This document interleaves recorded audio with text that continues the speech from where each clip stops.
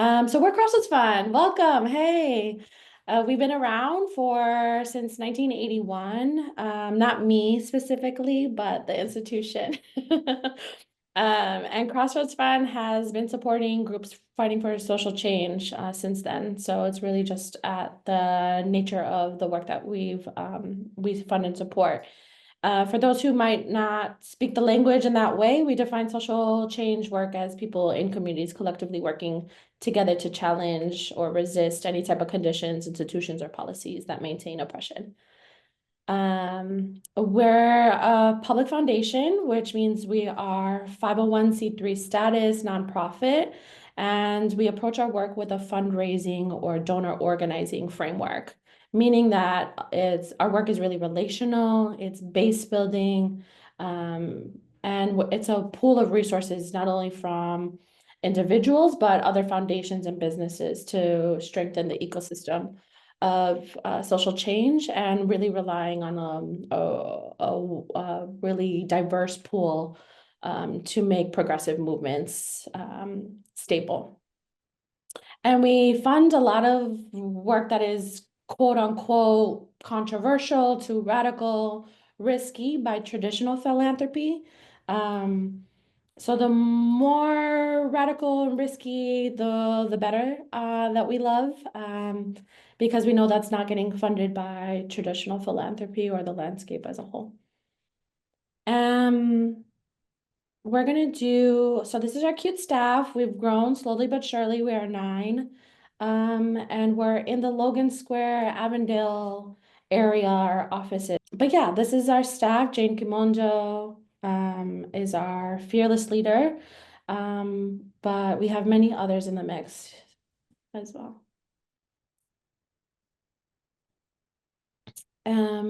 So I mentioned a little bit about our history, but I wanted to share a little bit more about our model of change, not charity, which is a concept that really critiques charity and how it perpetuates systems of injustice. And we think about how that dynamic between government or wealthy owning class really declares what people are often able to do on the grassroots level. And so traditional philanthropy might have a lot of that, where it results in surveillance, control, or de-radicalization of movements and communities that are made vulnerable. So in order to counter that, we often do like change support. So philanthropy money is hoarded, it's gatekept, and deemed as like who is and who isn't worthy of resources, when we know that everybody is worthy of resources, who are like more on the outskirts and marginalization. And it can be really just a disempowering model that is based on this like classist, elitist culture of white supremacy. So this system is known, right, as nonprofit industrial complex. And at Crossroads Funds, we like see our work as an intermediary, but we also see a cease to exist whatsoever in hopes that one day our communities have like the resources they need to thrive rather than just like being in a state of survival. So that's our motto, change not charity. These are some of our founders, which was a group of organizers, activists, people who had access to wealth, who really came together during the AIDS epidemic and at a state that bodily autonomy and women's rights were being taken care of and taken away from. So organizers got together and they were able to establish Crossroads Fund to redistribute resources to organizers. I think this is where I pass it to Michael. And feel free to drop questions as you go so we can capture them at some point later on. Yeah, thanks, Lizette. So just to go over our grant making overall, last fiscal year, which ended in June of 2024, we gave out over 5 million in grants to 200 organizations, doing work similar to y'all. Overall, over the last 43 or so years, we've given over 30 million on the next slide. There we go. So over 30 million to, if you can believe it, 40,000 groups. 4,000 groups, not 40, geez, that's a lot. 4,000 groups. In the last 10 years, that grant making has accelerated to over 15 million.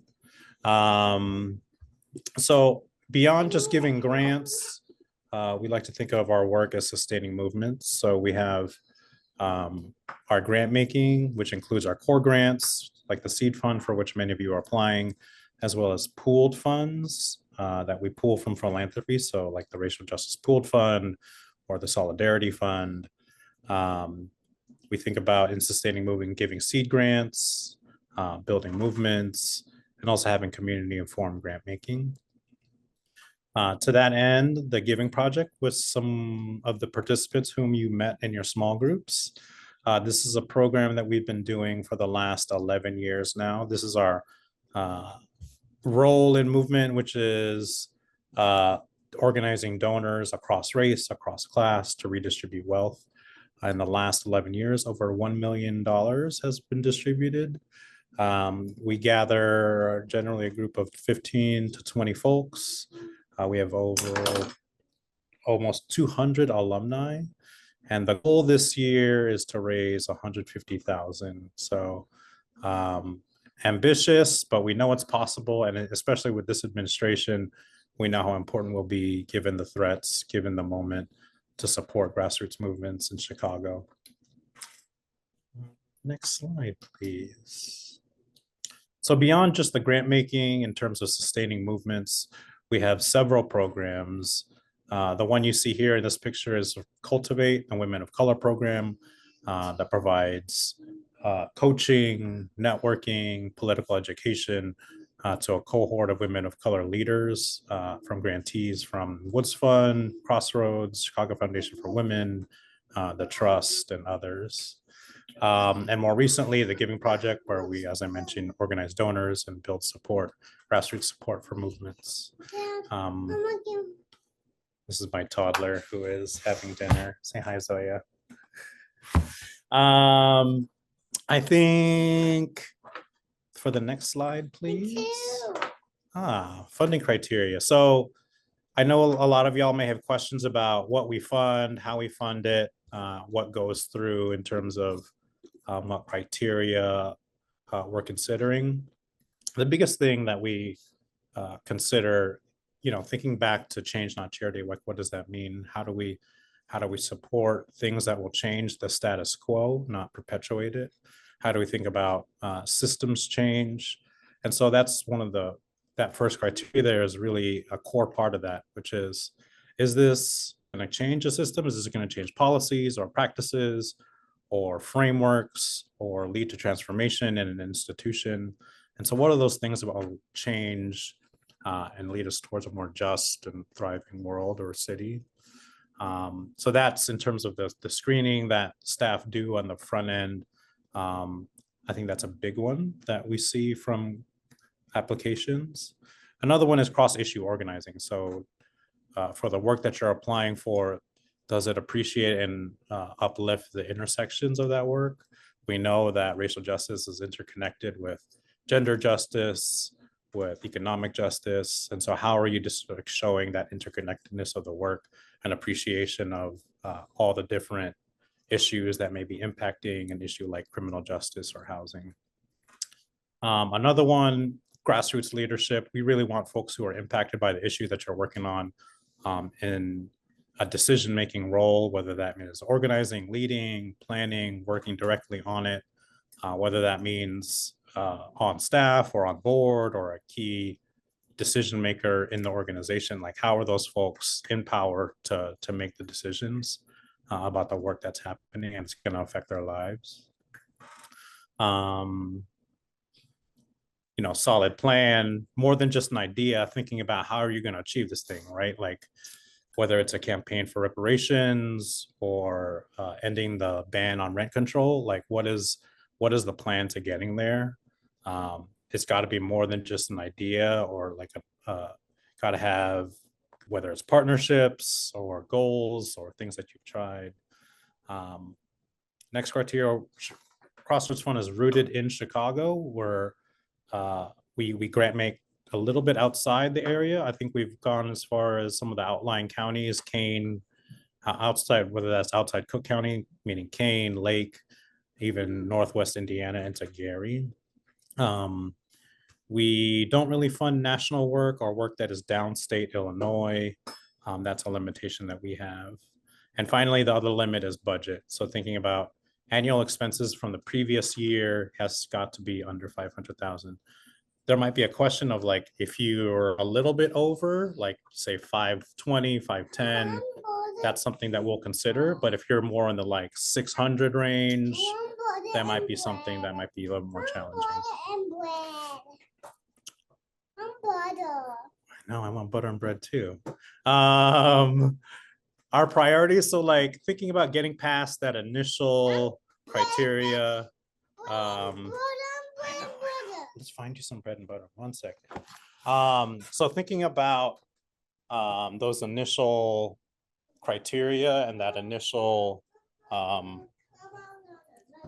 threshold for getting funded, like once you get to a site visit or decision making with the giving project community, like what are our priorities? Like who's thanks, assuming you meet all those baseline criteria, like how are you going to get funded and what at what amount? So these are the things that we're considering when we're having discussions with that community of grant makers. Is it collaborative? All right, I got you. Here we go. For accountability purposes, here's the butter and the bread. This is what we'll be eating.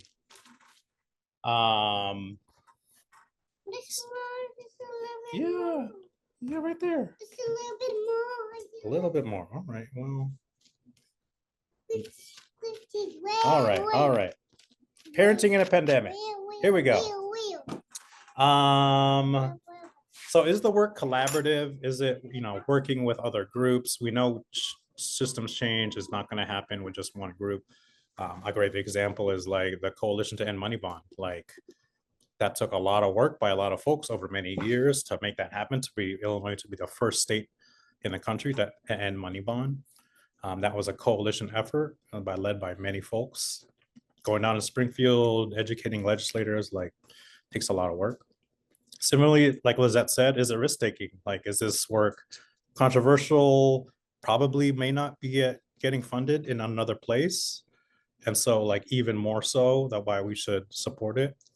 Like a lot of the direct actions you see in these images, like, there's some more traditional philanthropy folks that won't touch that kind of movement work or that kind of direct action work. I think for Crossroads, that's even more so why we lean in to supporting that kind of work, because we know how transformative mass mobilizations and different direct actions can be. Is it strategic? Like, does it make sense in this moment? Like, does it make sense given the political conditions in the city, state, federal? Like, is this gonna create change? Is there achieving success? There you go, butter and bread, hand it off. Are they is it more than like back to solid planning? Is it more than just an idea, or has it led to some concrete success along the way, whether it's a small win? Like, how do we get there?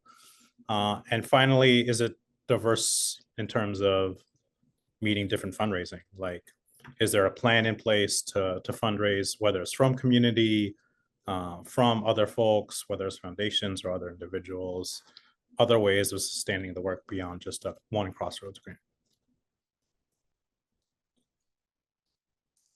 All right, I think I'm passing it off to Joanna. Yes. Thank you, Michael. And apologies, I'm also doing some tech, so apologies if I get a little switched up between screens. But I'm going to share a little bit about our funding opportunities that we have throughout the year. So we heard a lot about the seed fund, which is our kind of major way of meeting new grantees and kind of bringing new organizations into the fold. So the seed fund opens every January. It is to support new or emerging or returning grantees. Oftentimes this will be groups that maybe have just formalized, maybe groups that have never received institutional funding before. It could be groups that maybe aren't newer, maybe been around for decades, but have been volunteer run or just operating in different ways. And so the seed fund is really just to support groups that are kind of stepping into this new space of building out. Funding, all of our grants are for general operations, so they're unrestricted. We recognize that, you know, a lot goes into the plans and the projects that you're doing. So our grants are really just very open. You can, whatever, if you put something in your proposal and then something comes up within the time frame of the grant and you have to kind of pivot, you don't necessarily need to inform us unless it's a major change. You can use the funds as you need to as things come up. We also no longer have reporting, so we use our annual, if you apply as a renewal group to the seed fund, instead of having like a written report that you have to fill out every 6 months, we will use your renewal application as kind of a check-in, just to see where you guys are at. And I'll go over the difference between the renewal and the new grantee applications in a little bit. But the access code for the seed fund, again, it opens every January. The deadline is February. And I'll show you guys some numbers and dates on the next slide. But the timeline is also, the application is in winter. And then once you go through the whole process, the awards come out in June. The access code is C25. That lives on our website, or that lives on our website, which I will show you guys a screenshot as well. And this seed fund is where the Giving Project that Michael mentioned, this is the grant that that cohort of volunteers from around the city will be fundraising for, as well as site visiting and meeting. And so that's kind of how we work that community into the process. We always also encourage folks grantees can join the Giving Project to kind of learn some of the skills that we're teaching there in terms of donor organizing or community building. So you can apply for the seed fund as well as be part of the Giving Project. So both those are open at the same time to grantee organizations. We have a conflict of interest policy so that we're addressing any biases that may come up, but you are more than welcome to do both at the same time. Also, please, if you're a returning grantee, if you have anyone who is interested or might be interested, please let them know. You can always reach out to us and let us know, or connect us for like a short intro to see if it really is a good fit. But yeah, this is our kind of main funding cycle or grant cycle that opens annually, where we bring in new groups. This is the one place where we're not going to prioritize returning grantees. So these are all of our funding opportunities. So we have about 3 annual grant cycles that open up throughout the year. And then we do have the Critical Response Fund, which is accepting proposals on a rolling basis. We pause at the end of our fiscal year as we're wrapping everything up. And then we also pause around the holidays with the critical response, just to give ourselves some time to breathe. But as you can see, we have these 4 funding opportunities. There's the seed fund that we've talked about a lot here. Again, opens in January, deadline in February. The max that folks can ask for is $15,000, and grants typically range from $5,000 to $15,000. I think we normally fund about, correct me if I'm wrong, Michael and Lizette, but usually about 100 groups or so through the seed fund, usually a little more, between renewals and new groups. The Critical Response Fund, like I said, is a rolling basis. That one also needs a code on our portal to access it, and I'll go over the application and access process. But that code is organized. That currently is open this week and will be open until April 30th. We try and make decisions within 3 to 4 weeks. We do need to get board approval for those, so we try and get through them, process them very quickly, send them off to our board for approval, and hopefully have funds to you within a month. Again, things like holidays or crises can also disrupt that cycle. So please be patient with us sometimes.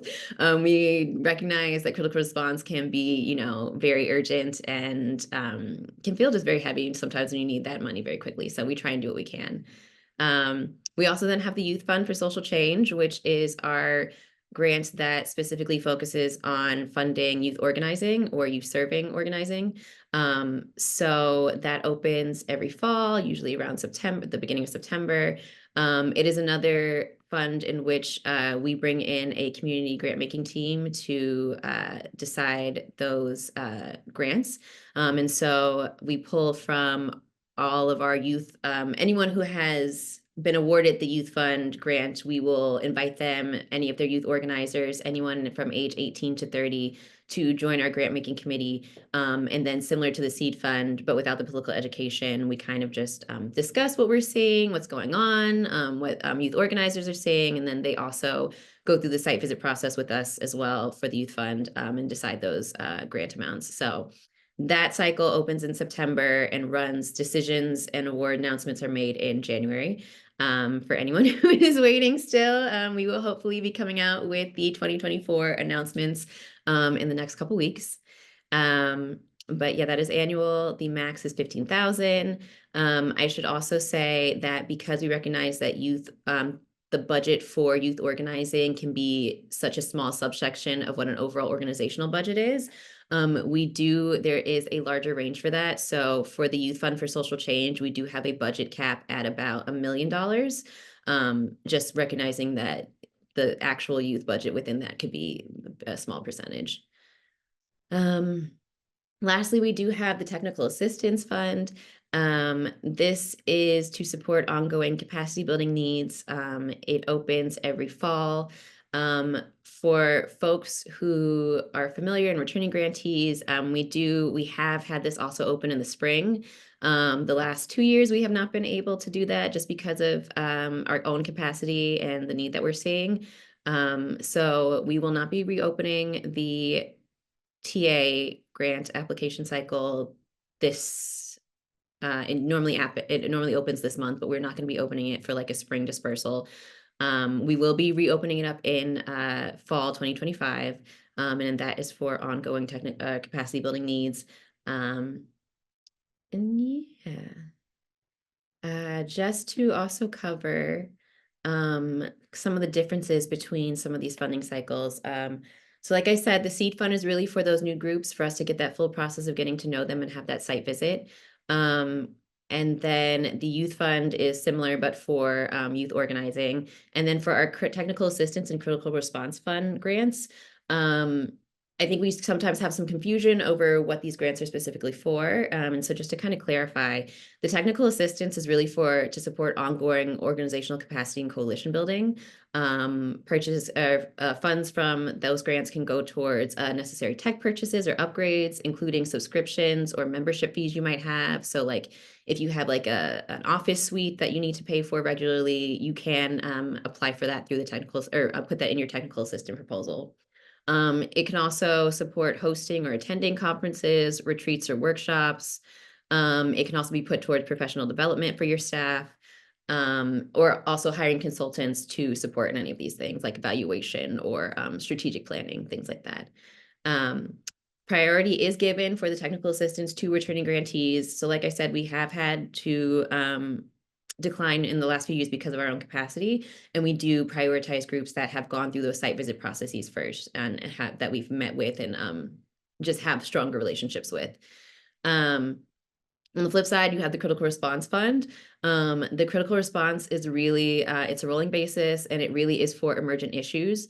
I think there's been some confusion in terms just with the name for critical response. We're not looking to address critical issues. A lot of you are working on very pertinent, urgent critical issues, but this fund is more so to support people who are kind of reacting to emergent issues. So that can look like restorative justice practices that are needed within an organization or community in terms of if some harm has happened.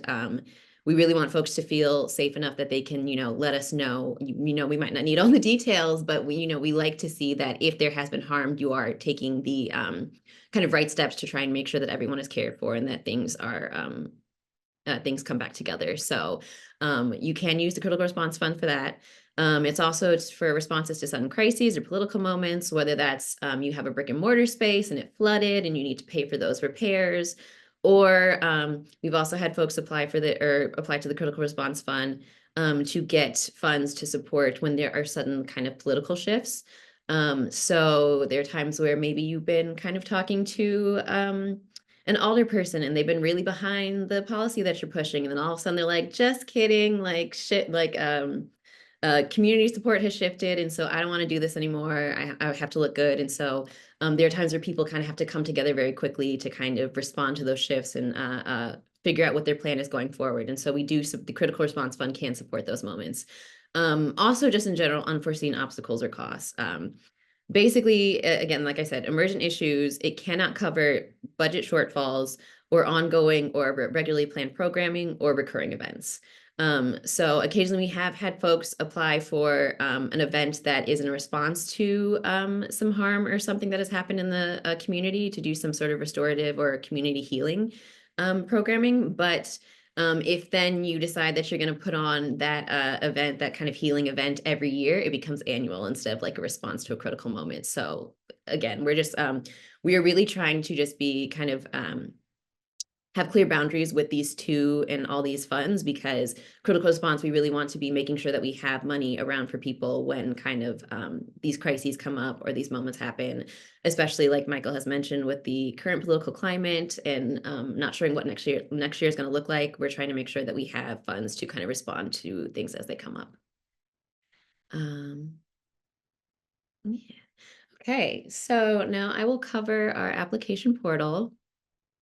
So this is where we do all of our grant making.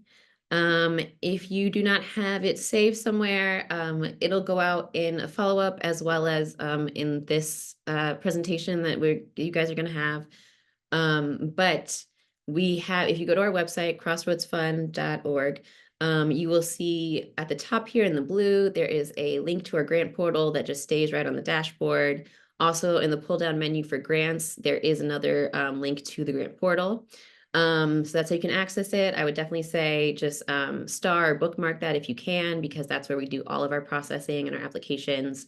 Also, this page that you're looking at, so this pull down menu that comes out of the grants tab at the top, where you see grant opportunities, there's another pop-out menu that'll show up, and that is all of those grants that are listed, that I had listed, the 4 grant cycles.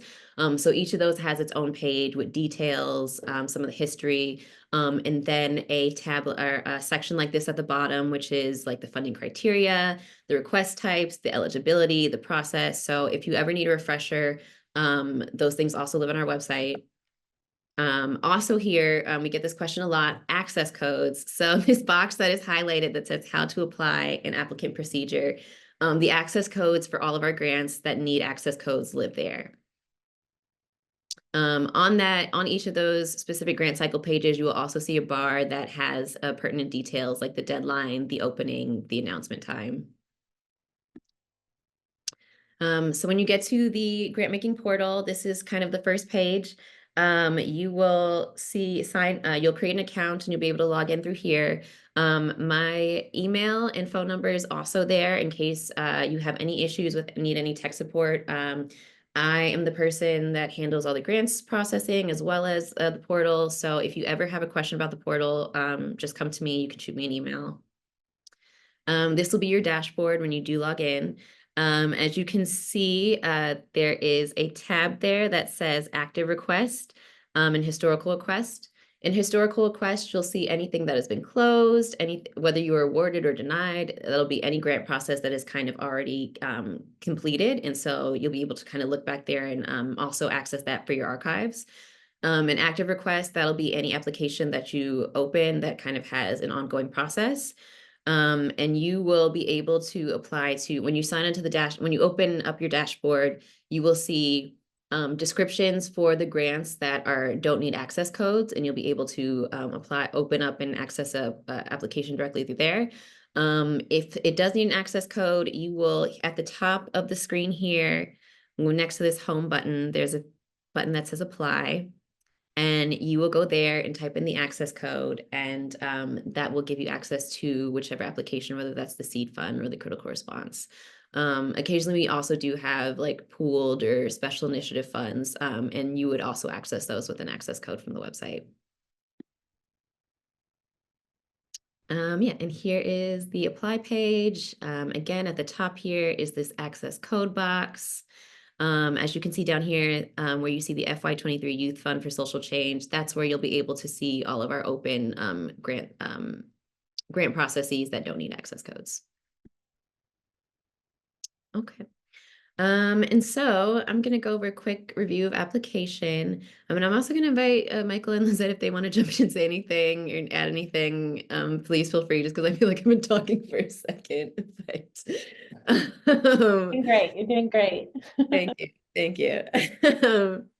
So our different application sections, as I mentioned, we have for our, I think, just the seed fund, we do have different processes for the renewal and for new grantees. So if you are someone who has already received a grant from us within the last 3 to 5 years, you'll be going through the renewal, probably no, more like three years. You'll be going through the renewal process. You'll let us know, there'll be section to let us know that you received funds recently, and then it's more of a check-in. We basically ask what is working, what has worked, what changes are you making from last year, and kind of what political things or current situations are really informing or moving your work right now. For new grantees, you'll have a little bit more longer application. Again, we try and keep these pretty short.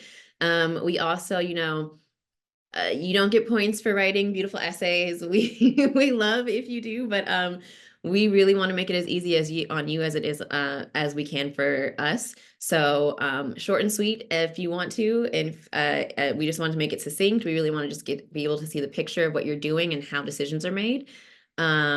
If you do have applications to like Woods Fund or the Conant family or some of the partners that we work with, you are more than welcome to kind of copy and paste pertinent sections into our grant application. So again, we really want to just make it as easy as possible. But some of the things that we're looking for in the application is your org structure, basically how are decisions made and who is making them, your demographic information, which we really just use to kind of look at our own grant making and seeing where we're really supporting, what communities we're supporting. We also do have you pick a primary and secondary issue area on what you're working with, just again for our own demographics. The model of work, whether you are providing a direct service or it's mutual aid or you're working more in policy, you want to see that, as well as what regions or neighborhoods that you are supporting, whether that's the South Side, West Side, very specific neighborhoods, or the suburbs and the city. And then there's also space to add supporting materials. So if you have anything, any articles or anything that you have produced, or just anything that you think will help kind of paint a picture of the community and the work that you are doing. In terms of financial information, like Michael said, that budget number that we're looking at is the expenses of last year. And so we'll look at your income and expenses from last year, as well as your projected income and expenses for this year, so we can kind of get an idea of where you're at. We do have a budget form, which you can use, or you can also upload your own. And then aside from financial information, the proposal is really just, or there's a brief summary of the proposal. Who are you and what are you trying to do? Funding request, again, kind of just what is the project specifically, or what are you looking to for these funds to support specifically? And then again, have you received seed fund, which will then take you either to the renewal branch or to the new proposal branch. In the new proposal section, the questions that we're looking at are your issue focus. What issue are you looking to tackle? How are you tackling it and why? Then how are you strengthening movements for social change or to build collective power?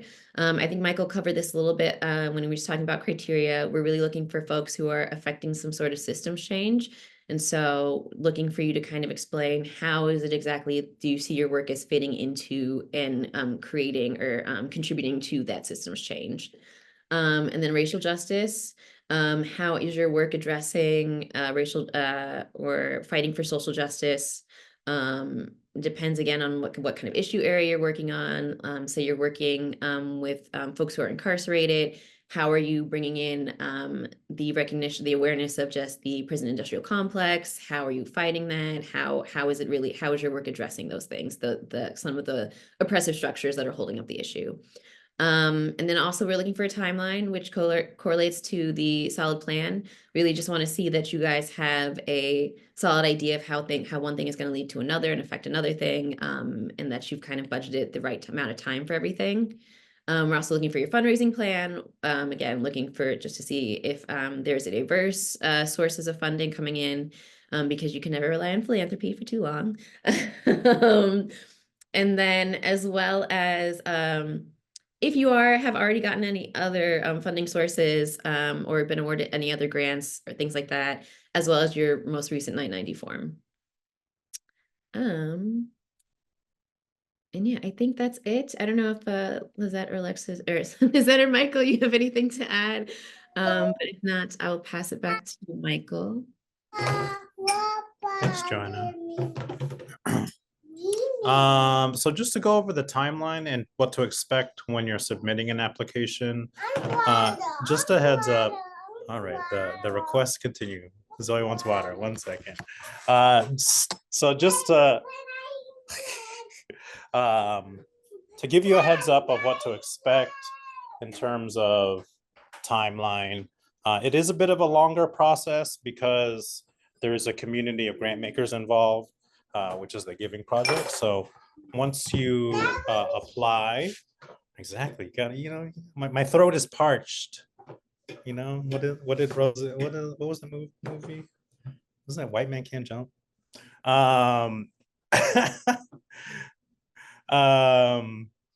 So in terms of timeline, you can submit a one-pager for staff feedback, but the deadline for doing so is Monday, February 3rd. If you send it on Monday, the 10th, please do not do that. You'll be hard pressed to get feedback if that happens. So please, if you're looking for a little bit of guidance or questions and input about your application, send it to any one of the staff by Monday, February 3rd. The deadline is the 11th. And then Crossroads staff will be reviewing those applications. Returning grantees, renewals will happen in April. We'll start doing site visits April, May. You saw in the chat a little bit of a preview of what to expect for site visits. So probably teams of 2 to 3, 1 Crossroads staff, and several from the Giving Project. We give folks the questions ahead of time, but there may also be some edits between now and then, and also some specific questions that come up as we're reading through the proposals. But it's not a space to kind of surprise anyone or play gotcha. It's really to understand your work better. Decision-making will happen in early June with the Giving Project, and final approvals via the board will also happen in June, with notifications happening at the end of that month in early July.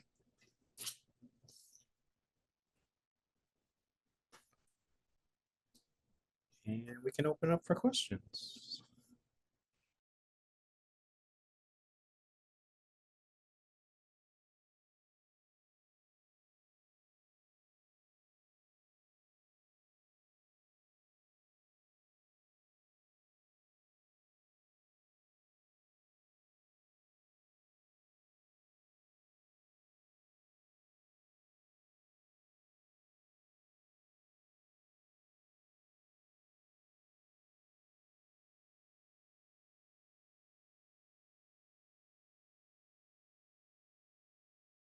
We love sitting in awkwardness, so we'll be here all day. In fact, we do it all the time.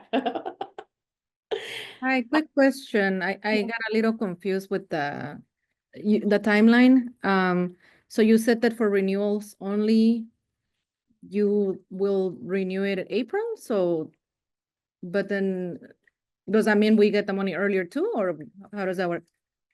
Yeah, so this is a shift from last year, but we are looking to push out renewals around April, sometime shortly after our annual benefit Seeds of Change, shameless plug.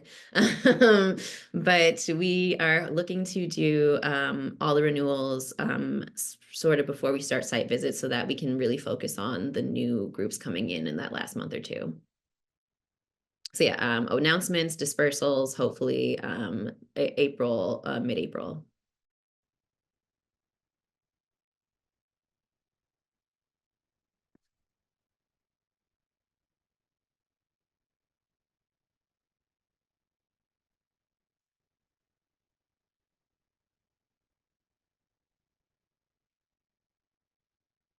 Other questions? And also in case anybody's missed it in the chat, I put a PDF copy of our application for the seed fund. I'm happy to do that for anybody who's interested in the other kind of PDFs of the other applications that we have. And I also offered, the site visit template questions that we have. But again, those cater more to organizations that we're site visiting. So that can change at any given time. I had one quick question regarding site visits. You guys were incredibly thorough. I think that's why you're not seeing a lot of questions, but where virtual, is that an issue? Everything's done virtually. Not at all. So site visits is really just a term we use, especially coming out of quarantine. We try and have some in person, but the majority are virtual, just to make it more accessible. If you do have a space, we are always loving to like come out to people's brick and mortar spaces or just to your neighborhood. Especially because again, it's the committee that's going to be looking at these grants in the site visit process is volunteers from all across the city. And so it's also part of just, getting people out into neighborhoods they've maybe never been in. And so if you do get to the site visit process and you'd like to be like, hey, let's meet at this cafe or let's meet at this community space that we have in the neighborhood, we would absolutely love that. And we're also welcome to host people at our office currently in Logan Square. So either way, and that's something we can always discuss once we get there. But yeah, virtual will not deter. It won't put any stains on your application or anything. Totally fine if that's where you'd like to opt for.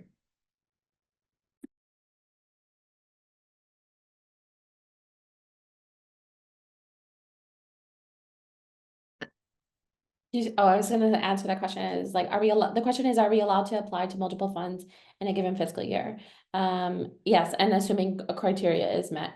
Yeah, absolutely. So we encourage people to apply for seed fund application.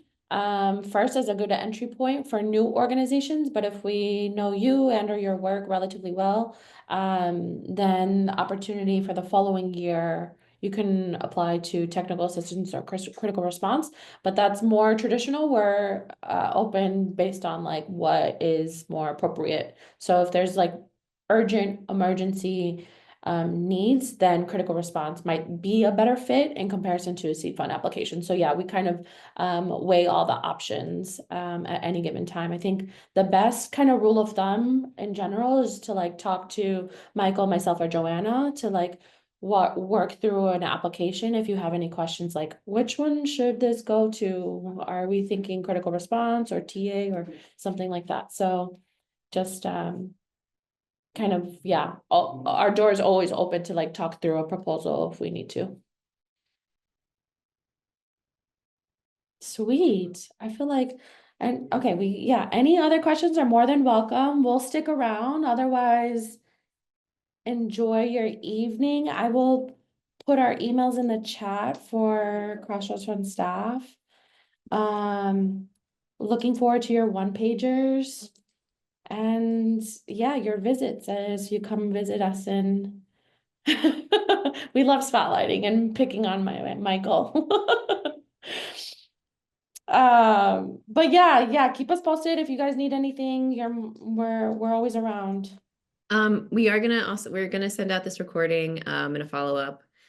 I will also say if you do reach out, also especially for if you need like tech support with portal stuff, please include your name, what organization you are with, and what grant cycle, if any, that you're interested in. That'll just help me a lot be able to place it and answer quickly.